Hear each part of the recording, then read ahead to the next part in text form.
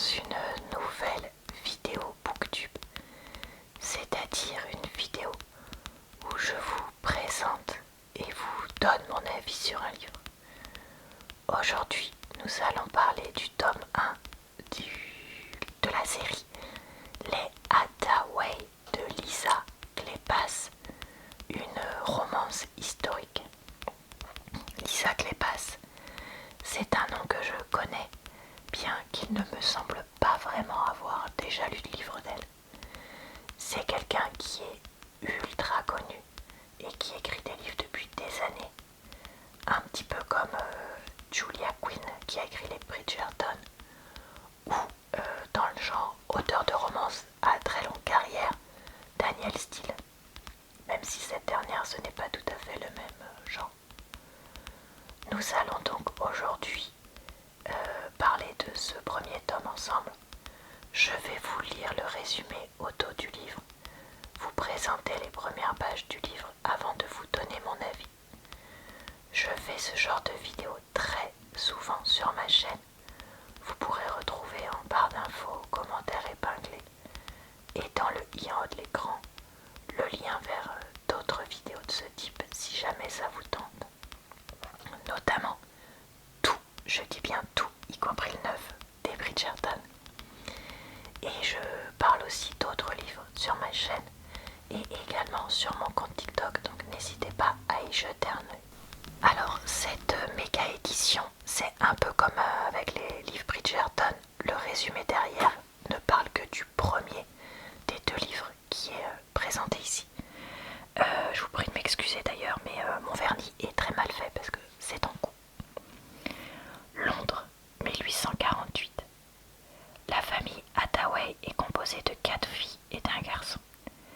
À la mort de leurs parents, Léo, Amelia, Winifred, Poppy et Béatrix, ainsi que l'énigmatique Mary Penn, homme à tout faire dans le Hampshire. Alors j'espère que je prononce pas n'importe comment, mais c'est probablement le cas. Après une déception amoureuse, Amelia n'espère plus se marier, d'autant qu'elle est devenue le pilier de la famille. Et quelle famille! Son frère Léo sombre dans la débauche, sa sœur Winifred a la santé fragile. Quant aux deux Benjamin, il va falloir leur trouver un mari pour assurer leur avenir. Mais sa rencontre avec Cam Rohan, un homme déroutant et inclassable, ni gentleman ni canaille, va bouleverser ses certitudes. Je me suis dit, pourquoi pas?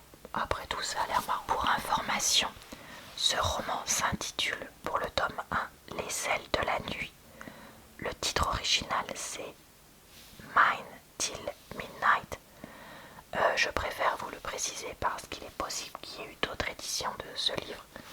Et donc peut-être que vous l'auriez déjà lu, mais intitulé autrement. Londres, automne 1848. Retrouver une personne dans une ville de près de 2 millions d'habitants. C'était comme chercher une aiguille dans une botte de foin. Certes, le comportement de l'individu en question étant prévisible, on pouvait imaginer qu'il se trouvait dans une taverne ou dans un tribou. Il n'empêche que la tâche s'annonçait ardue. Léo, où donc es-tu? S'interrogea Amelia Hathaway avec désespoir, alors que les roues du véhicule tressautaient sur les pavés de la chaussée. Pauvre Léo, égaré par le chagrin, confronté à des situations intolérables, certaines personnes s'effondraient, tout simplement. C'était le cas de son frère, autrefois si fringant et si sérieux. Au point où il en était, il ne se relèverait probablement pas. Nous le retrouverons, déclara Amelia avec une assurance feinte. Elle jeta un regard au Rome assis en face d'elle. Comme d'habitude, Mary Penn offrait un visage impassible. On aurait pu croire qu'il n'éprouvait que des émotions très limitées. Il était si réservé en fait que les Hathaway ne connaissaient toujours pas son prénom, alors qu'il vivait avec eux depuis 15 ans.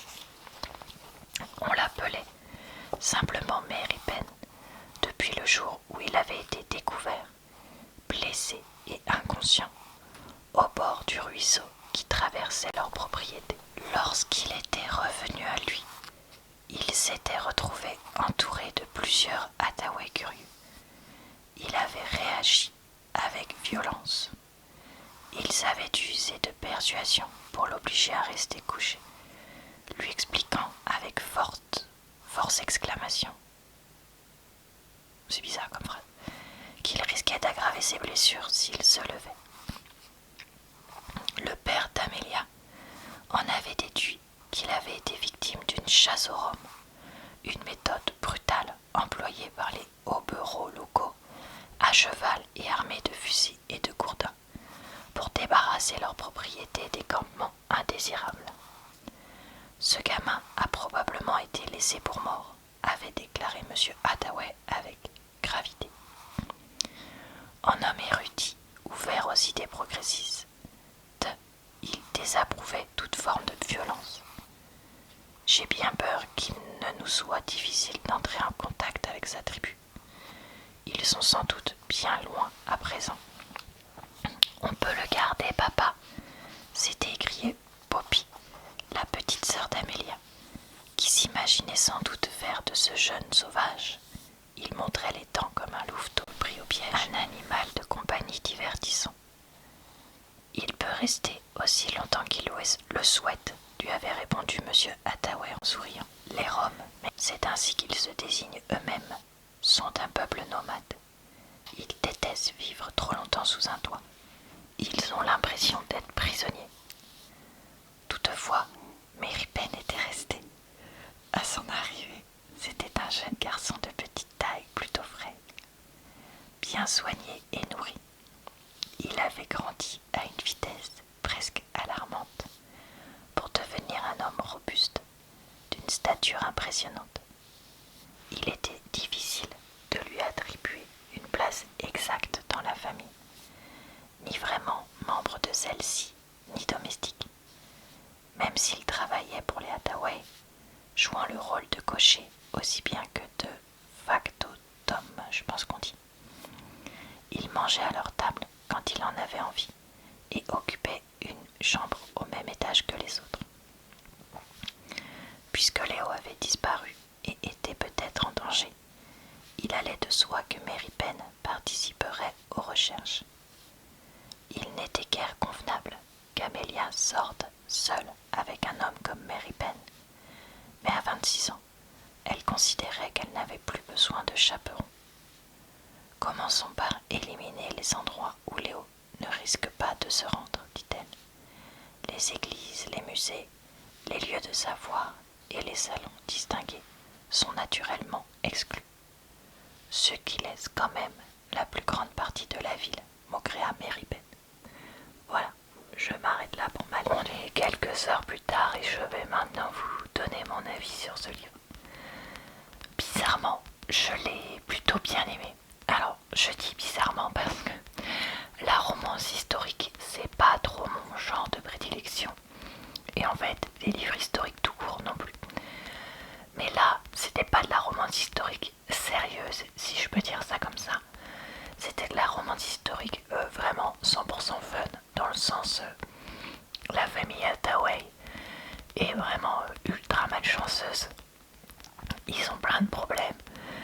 Et Amelia cherche à être le pilier qui soutient tout le monde, qui pousse tout le monde à avancer malgré tout, etc.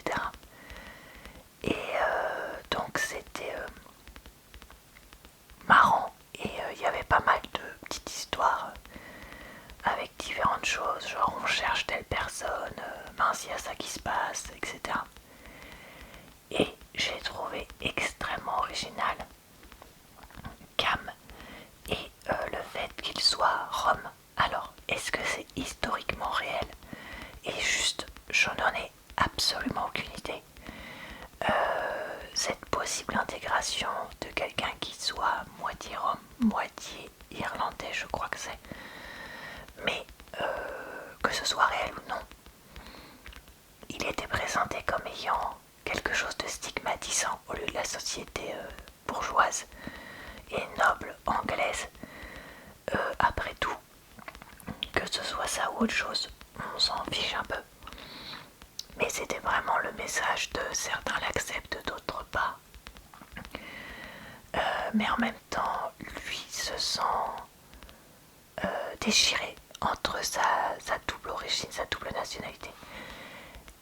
Je pense que c'était un message intéressant. Alors, je n'ai pas de double nationalité, mais j'ose espérer que ce qui est écrit là puisse faire écho à peut-être certains lecteurs.